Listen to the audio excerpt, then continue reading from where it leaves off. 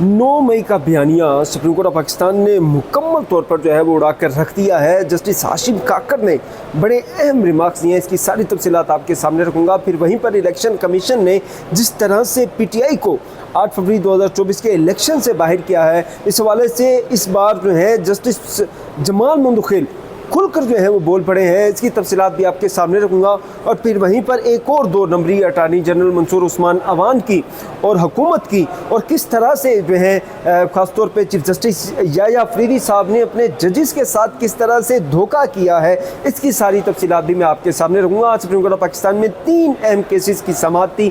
पहला था जजेस तबादला और सीनियरिटी केस का मामला था, जिसमें आज फैसल सिद्दीकी साहब के जो है वो दलाइल मुकम्मल हो गए हैं। अटार्नी जनरल ऑफ पाकिस्तान के जो है वो आज दलाइल शुरू हुए थे, जिसमें उन्होंने जो बयानिया बनाया है, उन्होंने कहा है कि जितने भी जजेस इस्लामाबाद हाई कोर्ट में ट्रांसफ़र हुए हैं वो आर्जी तौर पर तैनात नहीं हुए, वो मुस्तकिल तौर पर तैनात हुए, और वो जहाँ जहाँ से वो ट्रांसफ़र करके इस्लामाबाद हाई कोर्ट में लाया गया है, उनकी उन हाई कोर्ट्स में जो जगह हैं वो खाली हो गई हैं और वहाँ पे नए जजेस जो हैं वो तैनात होंगे। अच्छा, वहीं पर अटॉर्नी जनरल पाकिस्तान ने कहा है, जी देखें, ये जो जजेस का तबादला किया गया, ये जो इनको ट्रांसफ़र किया गया है, ये 4 मराइल से होकर आया है, और उसमें मुतलका हाई कोर्ट के चीफ जस्टिस की भी इजाज़त ली गई है, वहीं पर मुतलका जजेस की भी इजाज़त ली गई है। इसमें फिर जो है चीफ जस्टिस ऑफ पाकिस्तान जो है उनकी रजामंदी से जो है वो चीज़ें की गई हैं, और फिर जिस हाई कोर्ट में जजेस को ट्रांसफ़र करके लाया जा रहा था उस चीफ जस्टिस की भी जो है वो रजामंदी ली गई थी, और उसके बाद जज को जो है वो ट्रांसफ़र किया गया। अब यहीं पे अगर मैं आपको बताऊं तो यही चीफ जस्टिस याया अफरीदी साहब ने अपने साथी जजेस को, मैं आपको अपने कन्फर्म ज़राए से बता रहा हूँ कि इनकी एक मुलाकात हुई थी जस्टिस मोहसिन अख्तर कियानी की या दूसरे 5 जजेस के साथ, तो इसमें उन्होंने वाज़ेह तौर पर कहा था कि देखिए, मेरे होते हुए आपके साथ कोई ज़्यादती नहीं होगी, किसी भी जज को ट्रांसफ़र करके जो है वो ऐसे इस्लामाबाद हाई कोर्ट में नहीं लाया जाएगा। और फिर इन द एंड आज अटॉर्नी जनरल ऑफ पाकिस्तान ने बताया है कि किस तरह जो है वो सारा कुछ मामला जो है चीफ जस्टिस याया अफरीदी साहब की मर्जी से हुआ है। अब भी वो एक ढोंग रचा रहे हैं, जिस सीनियरिटी ये नहीं होनी चाहिए, सीनियरिटी पर एक अपनी मेरी राय है, लेकिन रियलिटी यही है कि वो इनकी मर्जी, डुअल गेम चल रहे हैं, एक तरफ और कहानी सुनाते हैं, दूसरी तरफ जो है वो नई कहानी सुनाते हैं, लेकिन इन द एंड करते वही हैं जो मालिक चाहते हैं, उनकी मर्जी से करते हैं। खैर, दूसरा जो था 9 मई वाला केस था, जिसमें जस्टिस हाशिम काकर की सरबराही में 3 रुकनी बेंच जो है वो सुन रहा था। उसमें जो रज़ा अली है, ये मुलजिम था, 9 मई के हवाले से उसकी ज़मानत का केस था।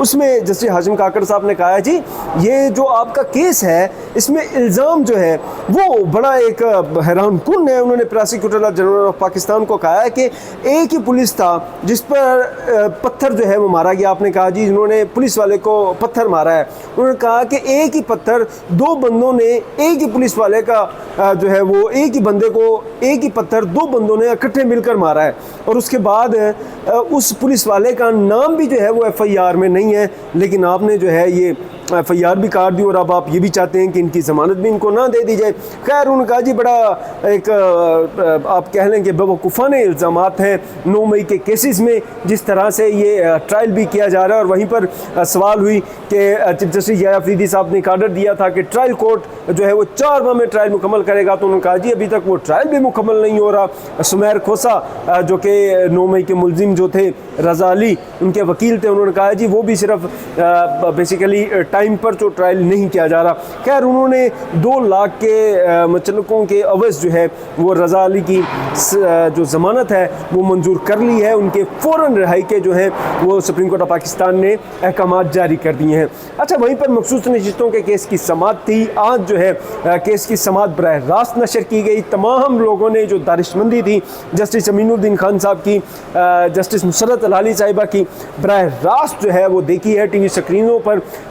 लेकिन खैर, आज जब हम जस्टिस नुसरत अल-अली साहब को सुन रहे थे तो हमें वहाँ पर वाकई एहसास हुआ, खासतौर पर एज ए जूनियर, अब कह लें मुझे एहसास हुआ कि भाई नज़र सानी बेंच वाला कि नज़र सानी वाला जो केस है, ये सुनने वाला जो बेंच है वो मरकज़ी केस सुनने वाले बेंच जैसा क्यों होना चाहिए, और सेम बेंच होना चाहिए। जिसने मरकज़ी केस सुना हो वही जो है इसको नज़र सानी का जो केस है वो सुने।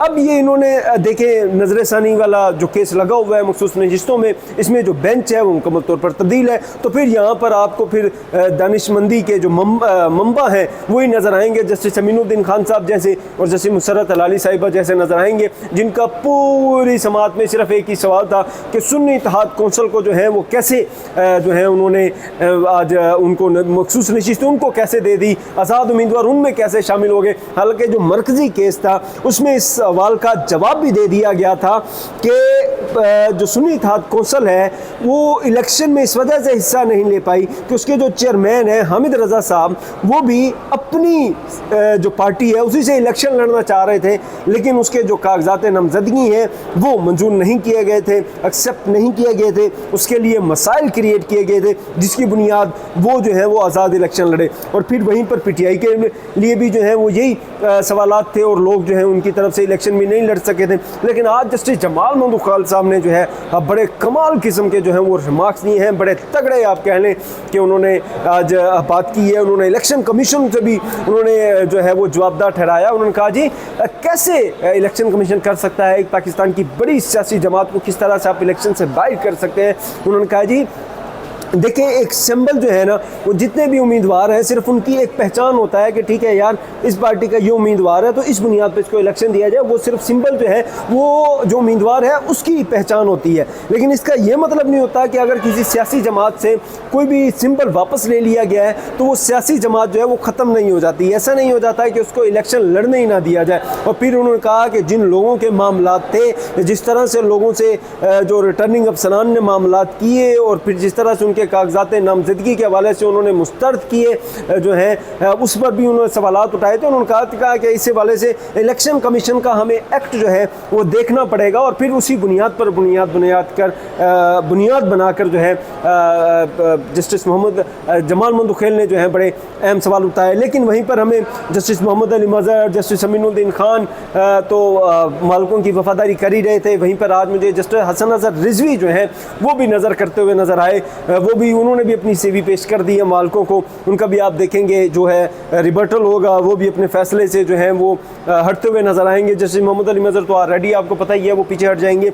लेकिन वहीं पर जस्टिस जमाल मंदुखेल ने आज कहा है कि भाई आप ये बताएं कि राय बदल लूँ तो फिर क्या इस असर हो जाएगा। तो इस पर मखदूम अली खान जो कि वकील हैं, हुक्मरान इत्तेहाद के जो मुतासरीन मखसूस नशिस्तों वाले लोग थे उनके वकील हैं, उन्होंने कहा जी आप अपनी राय बदल सकते हैं। तो अब देखते हैं 11 रुकनी बेंच इसका क्या राय देता है। लेकिन आज जस्टिस जमाल मंदुखेल ने जो अहम रिमार्क्स दिए हैं वो मेरा ज़ाती ख्याल है कि इस सारे केस के जो है वो एक क्रक्स थे, वो अहमियत थी इस केस की। और आज इस बराह रास्त नशर करने से एक तो इन जजिस के जो चेहरे हैं वो भी आया हुए होंगे, इनके चेहरों पर जो पर्दे पड़े हुए हैं वो भी आवाम को नज़र आएंगे। लेकिन वहीं पर एक यहाँ पर ये भी सवालात उठेंगे कि किस तरह और किस टाइप के जजिस जो हैं इस बेंच में बिठाए हुए हैं जिनको बुनियादी केस को उन्होंने स्टडी नहीं किया, सुना नहीं है, उसके बाद भी उन्होंने उसको एग्जामाइन नहीं किया। भाई आप नज़र षानी सुन रहे हैं तो आप जो मरकज़ी केस के जितने भी चीज़ें रिपोर्टेड हुई हैं, वो जो मेन केस था, जो मरकज़ी केस था, वो बराह रास्त नशर किया गया था। वो अभी भी सुप्रीम कोर्ट की जो वेबसाइट है वहाँ पर पड़ा होगा, वहीं पर बैठ कर सुन लें, चीज़ों को स्टडी कर लें, एग्जामाइन कर लें और आपको पता हो कम अज़ कम जस्टिस मुसर्रत अलाली साहिबा को क्या आप वो नज़र षानी सुनने जा रही हैं। जो मरकज़ी जो केस है वो सुप्रीम कोर्ट के अपने यूट्यूब चैनल पर पड़ा हुआ है, उसके हवाले से जो है वो चीज़ें आप खुद ही देख लें। अगर आप खुद नहीं करना चाहती तो आपके जो इर्द गिर्द लोग होंगे, ख़ासतौर पे आपको जो आपका सेक्रेटरी वगैरह दिए हुए होंगे, उनको कहें वो सारा सुने, एग्जामाइन करें और उसका जो भी टेक्स्ट है उसको एक्सट्रैक्ट करके वो आपके सामने रखें ताकि आपको पता तो हो कि मरकज़ी केस में क्या हुआ था, क्या क्या मेन सवालात थे और नज़र षानी में आपने सुनना क्या है। ये कम अज़ कम जस्टिस मुसर्रत अलाली साहिबा को पता होना चाहिए। खैर अब देखते हैं, इस केस की समाअत कल तक दिन 11:30 बजे तक मुलतवी कर दी गई है। वहीं पर जजिस तबादला केस का भी जो है वो कल तक मुलतवी कर दिया गया है। मज़ीद जो भी तफसीलात होंगी वो भी मैं आपके सामने रखूँगा अपने इसी प्लेटफॉर्म से। तब तक के लिए मुझे दीजिए इजाज़त। अल्लाह हाफ़िज़।